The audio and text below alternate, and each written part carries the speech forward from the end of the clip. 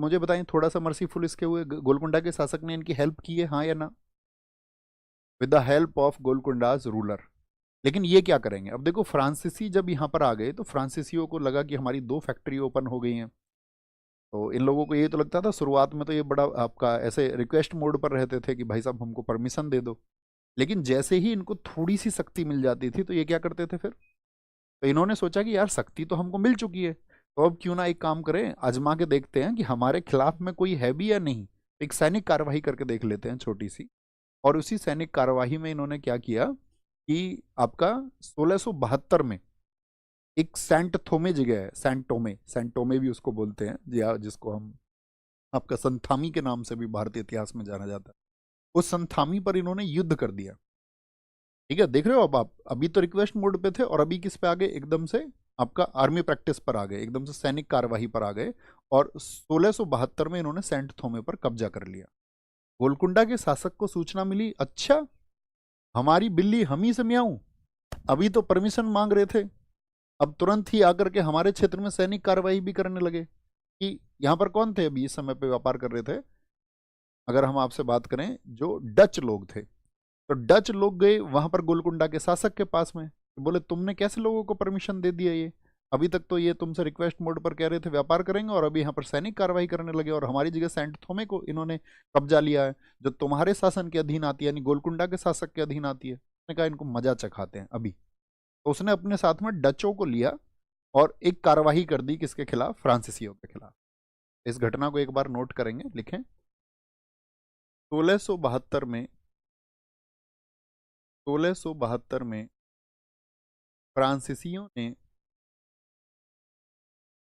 Francis Saint थोमे पर कब्जा कर लिया।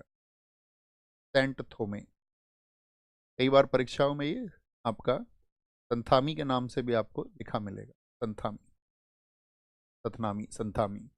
1672 में फ्रांसीसियों ने सेंट थोमे पर कब्जा कर लिया, कब्जा कर लिया। और इस कब्जे की वजह से किसका विद्रोह इनको झेलना पड़ा? तो गोलकुंडा के शासक का। फ्रांसीसी, फ्रेंच लिख लीजिए, French captured the Saint Thome, Saint Thome in 1670। तो जैसे ही इन्होंने इसको कब्जे में किया तो इनके विद्रोह में कौन लोग आ गए? मैंने आपको बताया, इनके विद्रोह में आ गए, इससे गुस्सा इनको झेलना पड़ा गोलकुंडा के शासक का, गोलकुंडा के शासक का। और गोलकुंडा के शासक के पास कौन गया था आपका? गोलकुंडा के शासक के पास में गए डच, जो कि हॉलैंड के थे। इन लोगों ने कहा कि भाई ये सैनिक कार्यवाही तो गलत है, तो यहां पर इन्होंने इनके खिलाफ कार्रवाई कर दी, यानी संथामी पर अटैक कर दिया गोलकुंडा के शासक ने। और फ्रांसीसियों ने जिस सेंट थोमे पर कब्जा किया था उस कब्जे को खाली करवा लिया। और ये सेंट थोमे किसको दे दिया? ये सेंट थोमे दे दिया उसने डचों को दे दिया, डचों को। याद रख लेना, यहां लिख लेना इस बात को कहीं किनारे पर। सेंट थोमे पर गोलकुंडा ने कार्यवाही करके, गोलकुंडा ने कार्यवाही करके,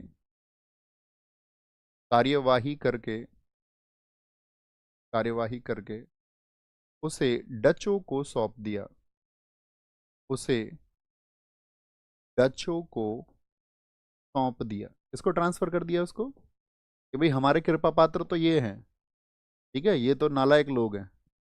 अब यहीं पे एंट्री होती है एक फ्रांसीसी व्यक्ति, इसी वर्ष, मतलब इस वर्ष का अंत हुआ जैसी शुरुआत हुई अगले वर्ष की 1673। तो एक व्यक्ति आया फ्रैंको मार्टिन, वो बहुत इंपॉर्टेंट है, उसने फ्रांसीसियों को ताकत दी, इसीलिए उसको कहा जाता है फ्रांसीसी बस्तियों का वास्तविक संस्थापक।